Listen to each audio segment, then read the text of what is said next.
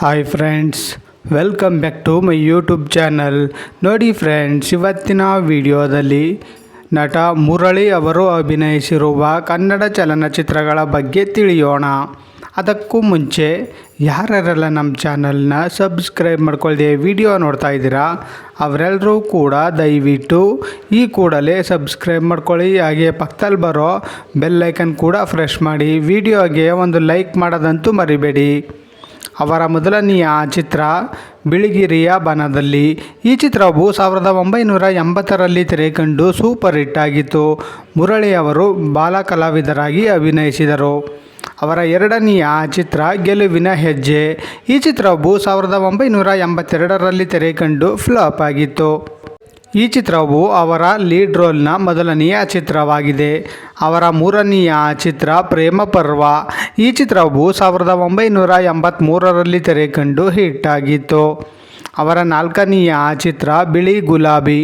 ಈ ಚಿತ್ರವು 1984ರಲ್ಲಿ ತೆರೆಕಂಡು ಫ್ಲಾಪ್ ಆಗಿತ್ತು. ಅವರ ಐದನೆಯ ಚಿತ್ರ ಅಜಯ.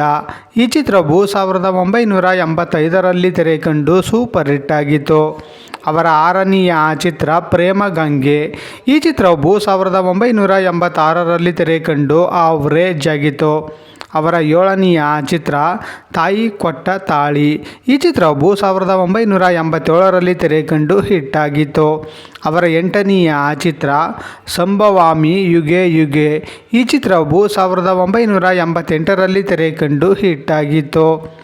ಅವರ ಒಂಬತ್ತನೆಯ ಚಿತ್ರ ಪದ್ಮವ್ಯೂಹ. ಈ ಚಿತ್ರವು 1989ರಲ್ಲಿ ತೆರೆಕಂಡು ಆವ್ರೇಜ್ ಆಗಿತ್ತು. ಅವರ ಹತ್ತನೆಯ ಚಿತ್ರ ಅಜಯ್ ವಿಜಯ್. ಈ ಚಿತ್ರವು 1990ರಲ್ಲಿ ತೆರೆಕಂಡು ಸೂಪರ್ ಹಿಟ್ ಆಗಿತ್ತು.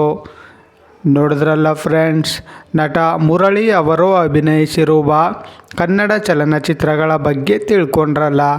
ಈ ವಿಡಿಯೋ ಇಷ್ಟ ಆದಲ್ಲಿ ಲೈಕ್ ಮಾಡಿ, ಶೇರ್ ಮಾಡಿ, ಕಮೆಂಟ್ ಮಾಡಿ.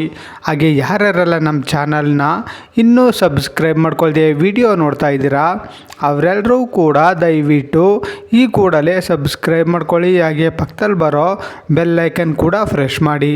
ವಿಡಿಯೋಗೆ ಒಂದು ಲೈಕ್ ಮಾಡೋದಂತೂ ಮರಿಬೇಡಿ. ವಿಡಿಯೋ ನೋಡಿದ್ದಕ್ಕೆ ಧನ್ಯವಾದಗಳು.